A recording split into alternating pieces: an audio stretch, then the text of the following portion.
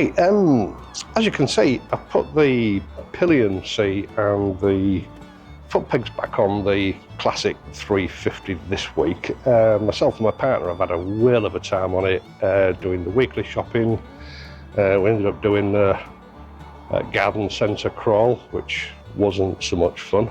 Anyway, we've done well over 100 miles and I'm really impressed with this little bike. She also commented that of all the bikes I've got, she felt that this was the most comfortable, and she felt safer on this bike than on any of my other bikes. So I had intended making a video on that today. Unfortunately, the weather outlook for the rest of the week isn't so great. I have another project that I need to get done, which means I'm going to have the bike sort of partially stripped down outside. So I need good weather for it. So I decided to get on with that today. Let me know what you think about the pillion video, whether that's something that you want to see, or it's something that people are always asking me about with these bikes, and with the press bikes I'm not able to take a pillion on them for insurance reasons. So you know, it's an opportunity to do something that people might be interested in. Let me know what you think. Now, one of the gripes that I get on the various videos for the Hunter, for the Meteor 350, not so much with the classic 350, but I have had a few complaints about it, is the fact that it doesn't have a rev counter. Now, that doesn't particularly bother me, but we do have an aperture in the sort of traditional Royal Enfield casket here, which is perfect for putting something like that in. And Hitchcock's motorcycles have released a kit with a Valona rev counter by Daytona, along with a complete plug and play wiring harness to sort of rig it all up. And I thought, why not do that? With the new classic 350, obviously it needed to have that sort of old bullet heritage. So Royal Enfield redesigned a complete new casket. This, although it looks very similar to the original, it does actually look, when you compare them side by side, they are quite different. And they had to keep the same, more or less the same configuration to give it that traditional look. Now, on the lower right hand side here, we have this sort of triangular arrangement with the speedo and the ignition, and what used to be the place where the ammeter went. Now, this gave you information on battery condition on the original bikes, but it also helped you ascertain where top dead center was for starting. So they've reintroduced that with this bike, and the original concept was that the tripper navigation system was going to be put here. Unfortunately, when the classic 350 was released, we had this microchip, worldwide microchip shortage, and they found that they couldn't supply the units with the bike, because I believe originally it was intended that it would be coming complete with the bike. So instead they put this little badge here. Now, when the microchip thing sort of sorted itself out, they didn't reintroduce them. They're now an optional extra. I've not got an awful lot of use for something like that. It's not a bad looking little badge, but it would be nice to utilise it with something more functional that looks the part.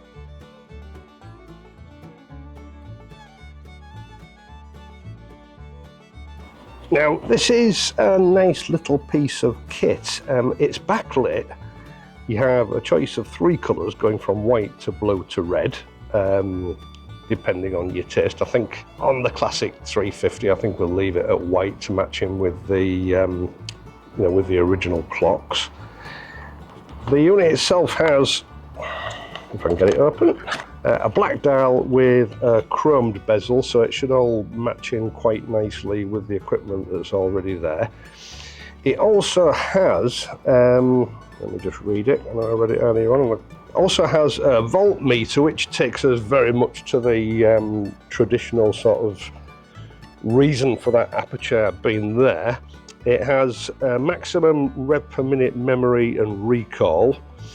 And it also has a shift warning with a red LED lamp, so that tells you when you need to be shifting up or shifting down. Well, I presume shifting down, probably just shifting up. How this actually works, obviously it's not mechanical, it's an electronic unit, and it wires into the ignition system and uses ignition pulses to calculate the revs per minute. It's all very clever little stuff. From what I can gather, fitting is a little bit fiddly, so you're going to have to bear with me on this one. Let's get started. Right, one thing I will say is if you're hard of hearing, you might need your reading glasses, because there's a lot of small instructions to read while you're doing this. Now, I've just been scanning through Hitchcock's installation guide. If you don't want to use this, they do have a version of it available online on the actual listing for the tachometer itself, which is pretty good. I did have a scan through that a few weeks ago when I knew this was coming. Looking at this, it's going to be really difficult to get the camera angles to film some of it. What I might have to do is remove the seat and pull the tank back so that you can see what I'm doing, although that's not necessary, or it shouldn't be necessary when you're actually doing the fitting. I can't see a thing with these on. Or it shouldn't be necessary when you're actually doing the fitting itself. It's just so that I can get the camera angle on it. We'll see how we go. Let's get on with it. First thing to do, disconnect the battery. I'm not going to film that because everybody knows how to disconnect a battery. That's just to make the electrical system safe while you're actually working on it, because you've got a few things to unplug and plug back in and wire up. Then put some protection on your front mudguard, because we need to remove the bezel and the lens on the actual headlamp itself to get at some of the workings. I'll get on with that now.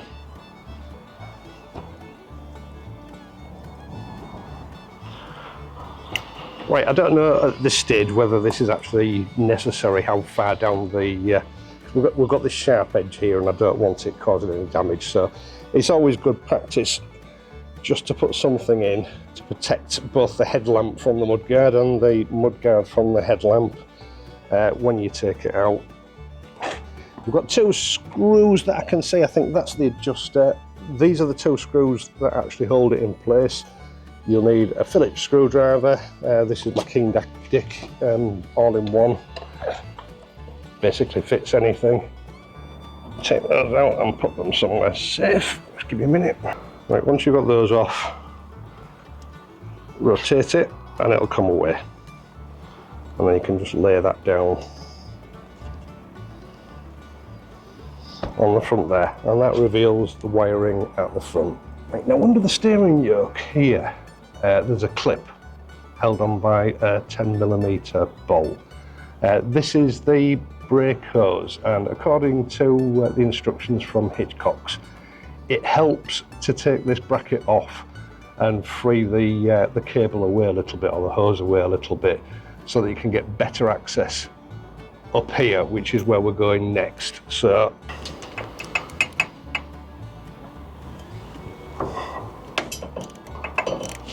carefully unfasten that.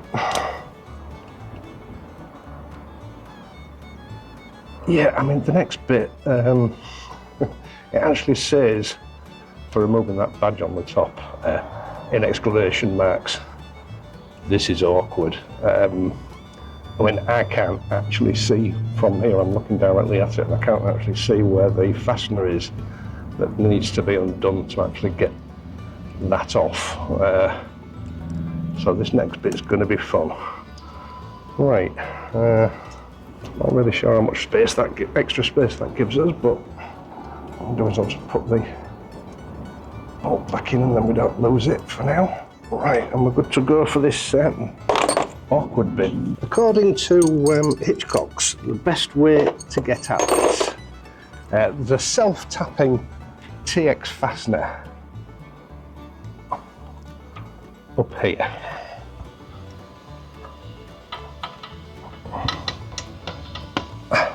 And I can't actually get my eyes on it without putting my head in front of the camera.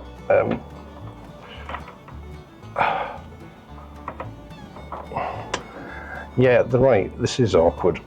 Right, just 5 minutes of trial and error with the extension bar, and I've managed to get it to engage and partially unfastened it.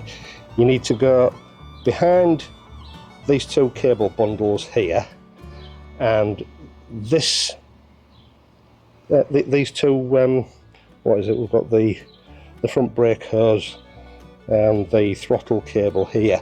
You need to go over the top of those and just fiddle around with it through that hole until you feel it connect with the actual TX fastener inside, and then it's easy really.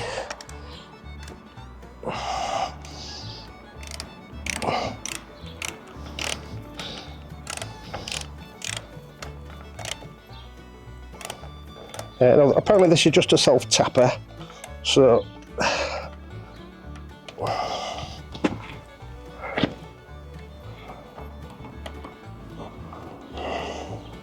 I think we're about at the end, and I think we're through. Famous last words. Oh, there it goes.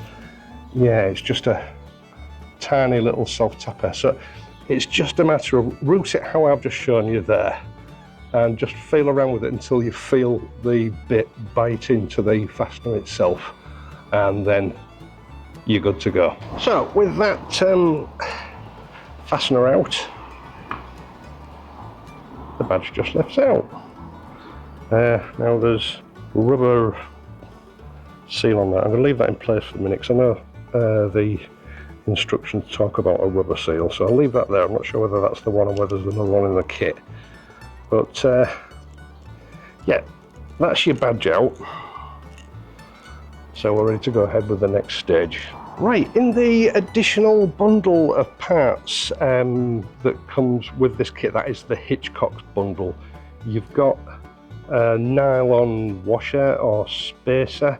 This needs to be fitted onto the, I don't know if that was the right way up. There's a flat side and a slightly rounded side. I'm presuming it's the slightly rounded side that goes onto the tachometer. I probably won't know, to be fair. So that, yeah, that looks right to me. So that goes onto there. Now, I left that rubber washer in place. Mine's sort of partly stuck in place. So, yeah, we've got, that must be part of the assembly for the badge. Right, I'm having to handle this because I just cannot get an angle on with the camera.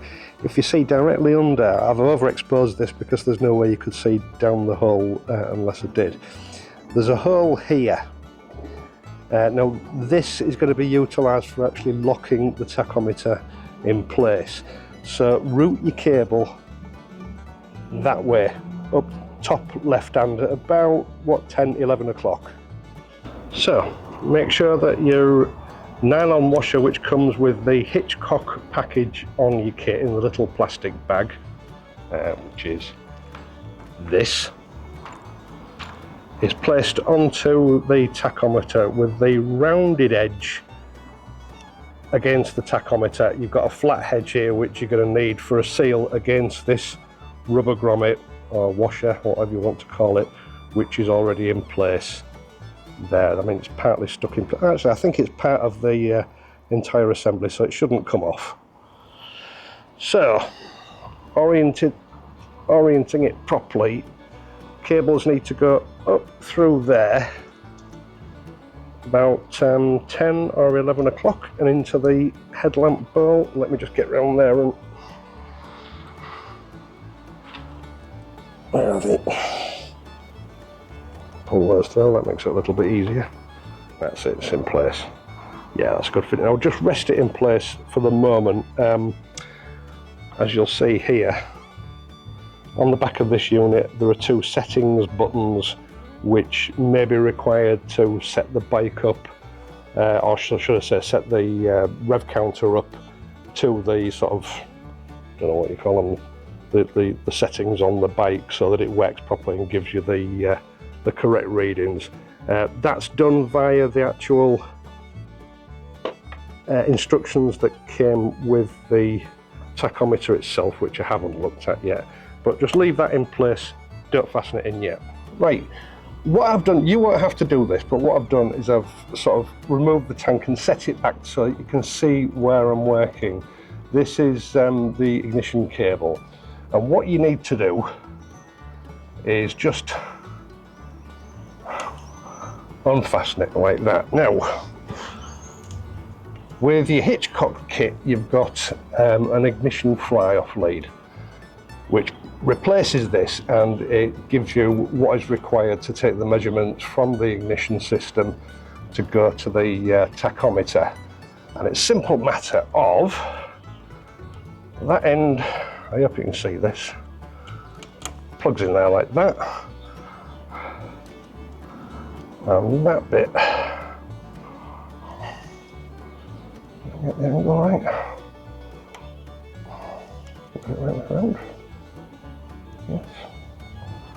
That bit plugs into there like that, and that's the connection made. Just tidy your wires up so you're not trapping anything or putting any pressure on anything. And then this, put it through this cable hole here, which takes us into the headlamp bowl. I found it on the other side, just a minute. There it is. Right, so as you can see, I've just tidied this up, got a couple of cable ties loosely, holding it onto, I'm not entirely sure what that is, to be honest. Anyway, holding it onto this wire here just to keep it safe and tidy and stop it flapping about. What I'm going to do now is put the tank back on and get that all tidied up and back to as it was. As I say, there's no need to take the tank off when you're doing it. It's just that in order to give you a view of what I was doing, there was no way of getting the camera on it with the tank in place, so I've had to take the tank and the seat off. I'm going to put those all back together now, and then we'll get on with the rest of the build. Right, so you can see that. This is the cable that we've just fed through from the ignition fly-off. As you can see, it's a yellow cable. This basically sends the signal how many revs per minute your engine's doing while you're riding. This is the tail that comes from the actual rev counter itself.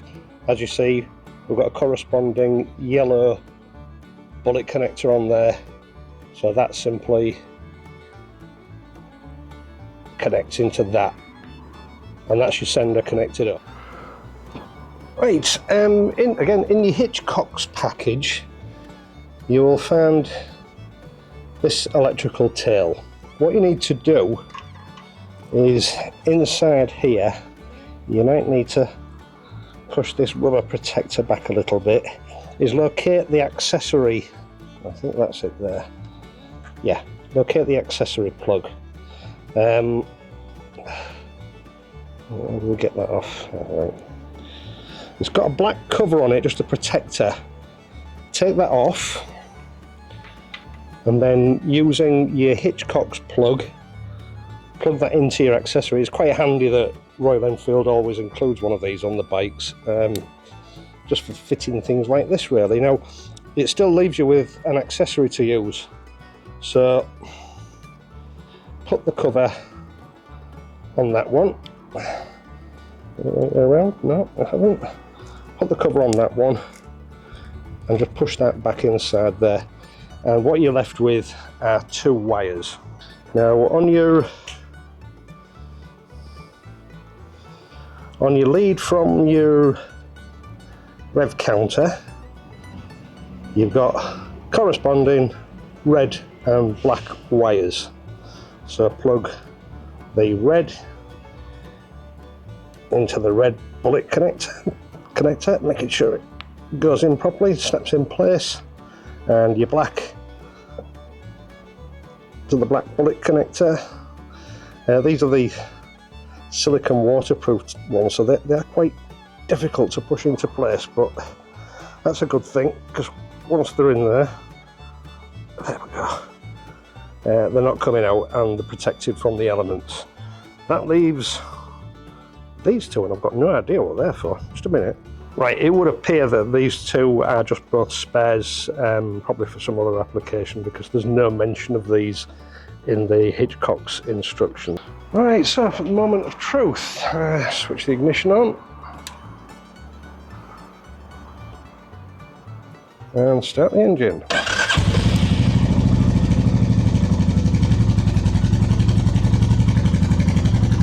Well, we've got something happening, so what we need to do now, I mean, it's showing a tick over there of about 600 revs. I don't know whether that's right or not.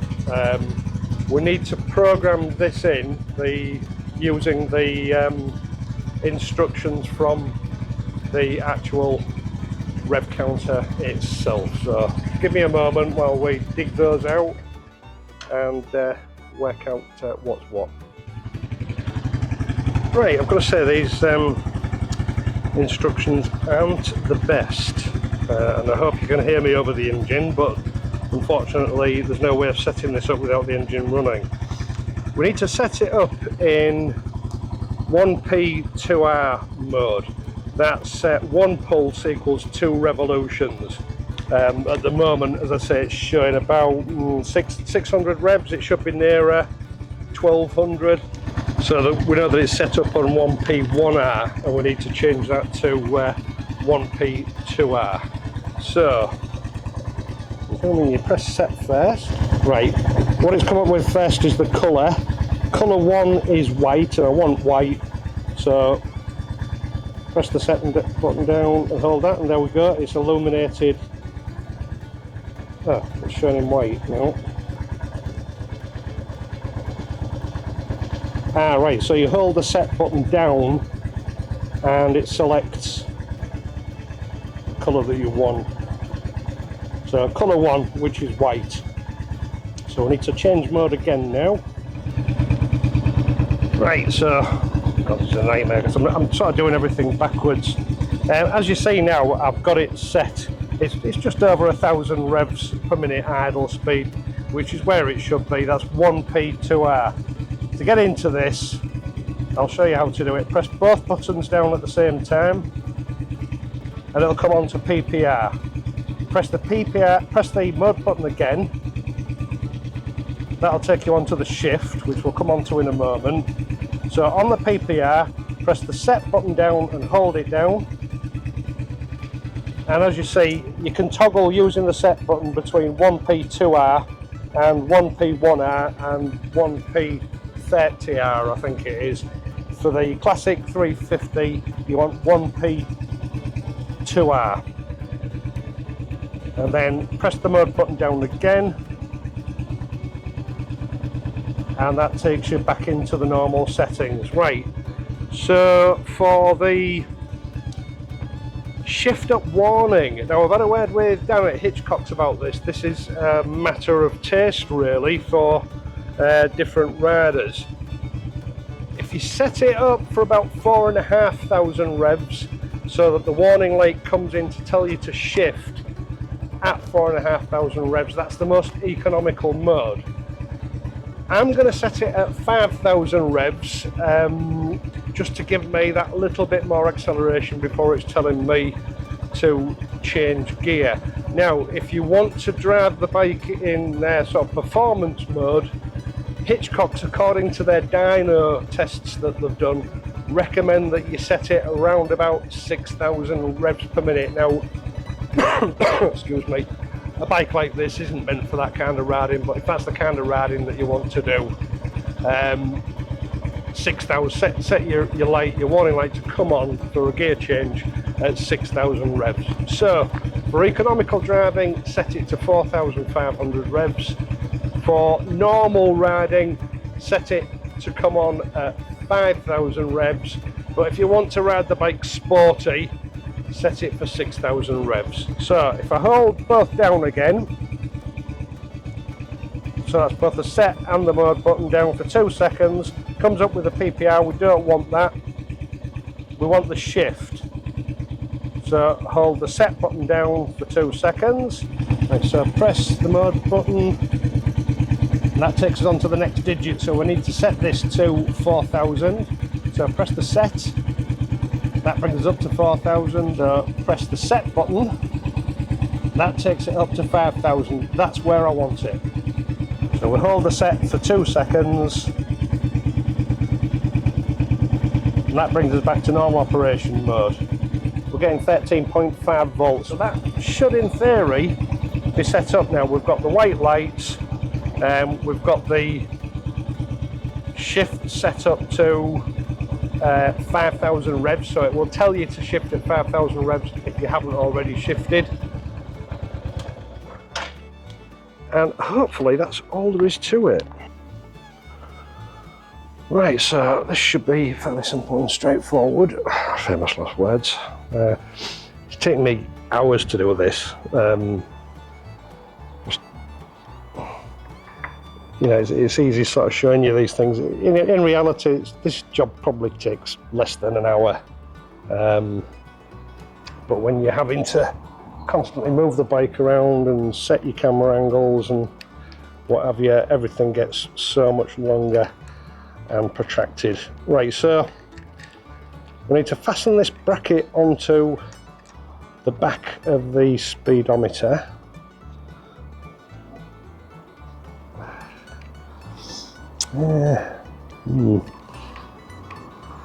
Actually, this might be just as, might actually be worse than when we put the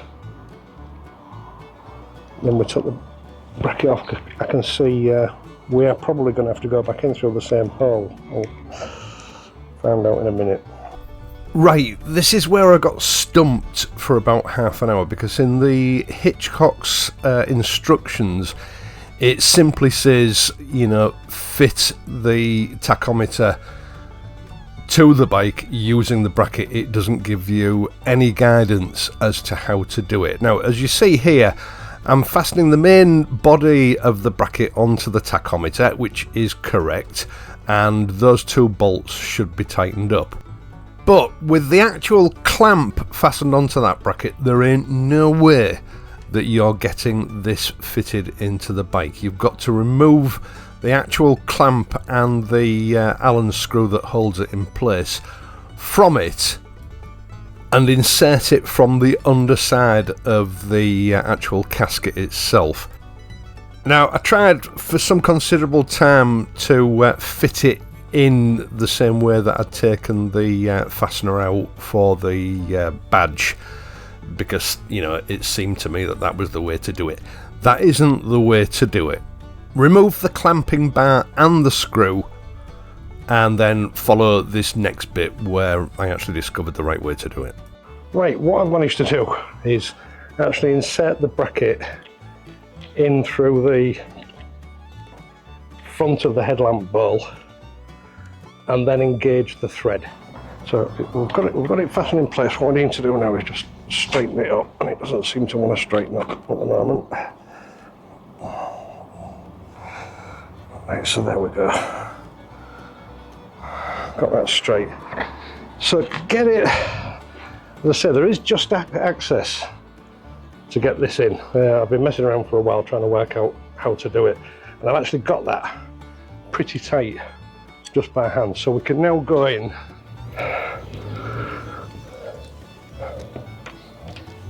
You can actually just get on this from the inside.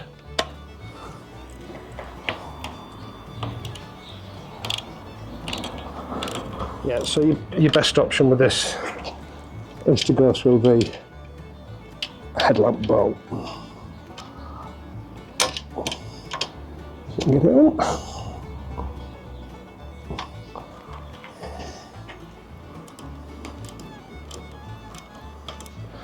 Again, don't over tighten it, you just want it tight so it can't be moved, and that you get a nice tight seal. And that's it, it's on.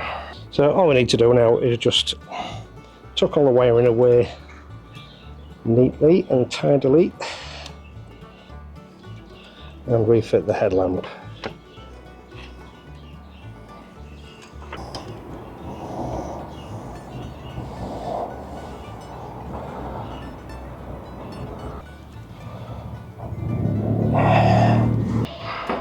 Right, Right, last thing to do then before we're ready to go is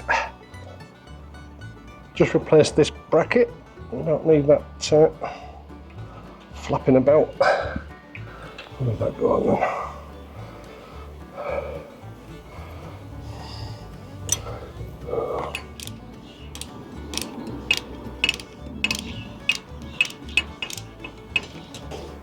Oh, sticker peeling time.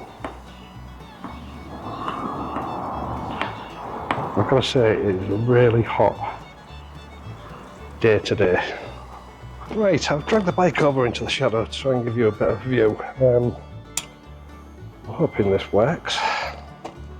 So we start her up. The rev counter activates and it's settled at about, around about 1100, 1200 revs. You notice the indicator, the red indicator light came on when I first switched it on. When you get up to, because I've set it at 5,000 revs, when you get up to 5,000 revs, it'll flash to let you know it's time to change up gear, if you haven't already.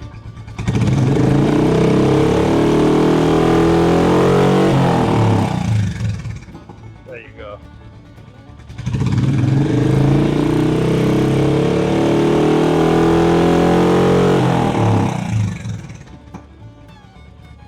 Quite a handy piece of kit really, and the voltmeter showing 13.6 volts going through the system in the little display down here.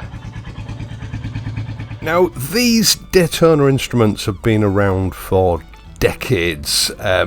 Top of the pile, I think, as far as most motorcyclists are concerned with this kind of thing. Accurate and reliable.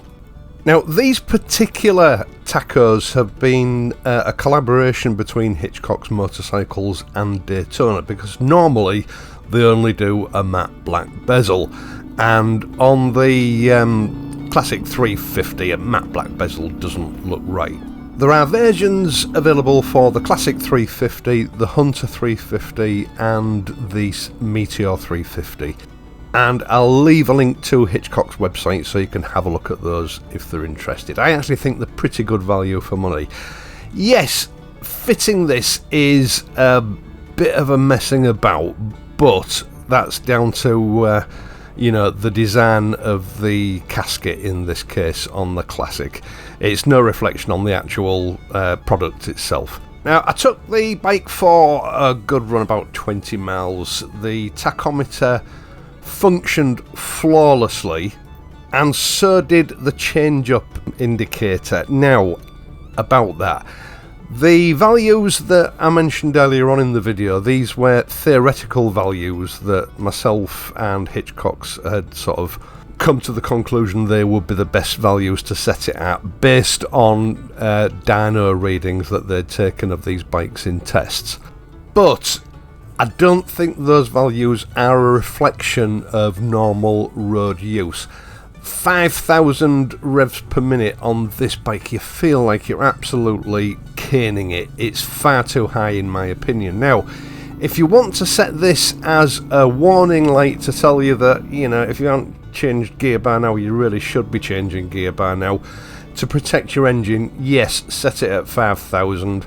But I would say if you set it there, you're never going to see it activate. Just to put it into perspective, 5,000 revs in top gear is around about 70 miles an hour. Personally, I think if you're actually wanting to use it as a change-up indicator, if you need it, 3,500 to 4,000 revs is more than enough. In normal riding, I found that I'm changing gear at about 3,000 to 3,500 revs. Obviously, you know, I had no way of gauging this when I was actually filming the video, because previously the Classic didn't have a rev counter fitted. You know, you change gear according to ear. It's down to personal taste how you set it, but I think for the average rider, 3,500 revs for the warning light to come on is ample. And if you set it at either of those values, I don't think you'll feel the need to change it again. But of course, it just means unfastening that bracket, to get the tacho out to adjust those values if you need to do so. It's all down to personal taste. I've got to admit, I've never felt the need for a rev counter on the Classic 350, just as I haven't on the Classic 500. But to me, the dashboard on this bike always looked a little bit sort of wrong and cheap. You're replacing a cheap and tacky plastic badge that, to my mind, has always looked out of place. I mean, the badge is nice in itself, but it just doesn't look right on the bike. And replacing it with a precision instrument that actually does something useful, yeah, it's won me over, I've got to admit. Rather than detracting from the vintage appeal of the dashboard, it actually adds to it. The colour's right, the colour of the illumination is right, and that's nice and bright. You can see it's pretty much the same as the actual Speedo itself. The font used on the numbering is a little bit out, but actually you don't notice it in use. It's a valuable addition to the motorcycle, in my opinion. Now, I hope that you found this video useful. Certainly I would have found it useful if I had been fitting this, because it would have saved me a lot of time and guesswork. I think your average person can probably fit this entire thing in about an hour to an hour and a half without too much hassle. Thank you for watching this and my other videos, I really do appreciate it. I would also appreciate it if you would leave a like and subscribe to the channel if you're not already a subscriber. Now, I'm still getting about 3 emails a day from people telling me that they've been a long time subscriber and they're constantly finding that they've been unsubscribed from this channel. I don't know why this is happening, but if there are 3 or 4 people a day actually taking the trouble to email me or leave a comment to tell me this, there must be a lot that are not aware of it. So please, each time you watch my videos, ensure that your subscription is still active and that you haven't been unsubscribed, and that your notifications have been enabled in order to alert you whenever I upload a new video. I am of course going to be back on Friday, so until then, please ride safely and I'll see you soon.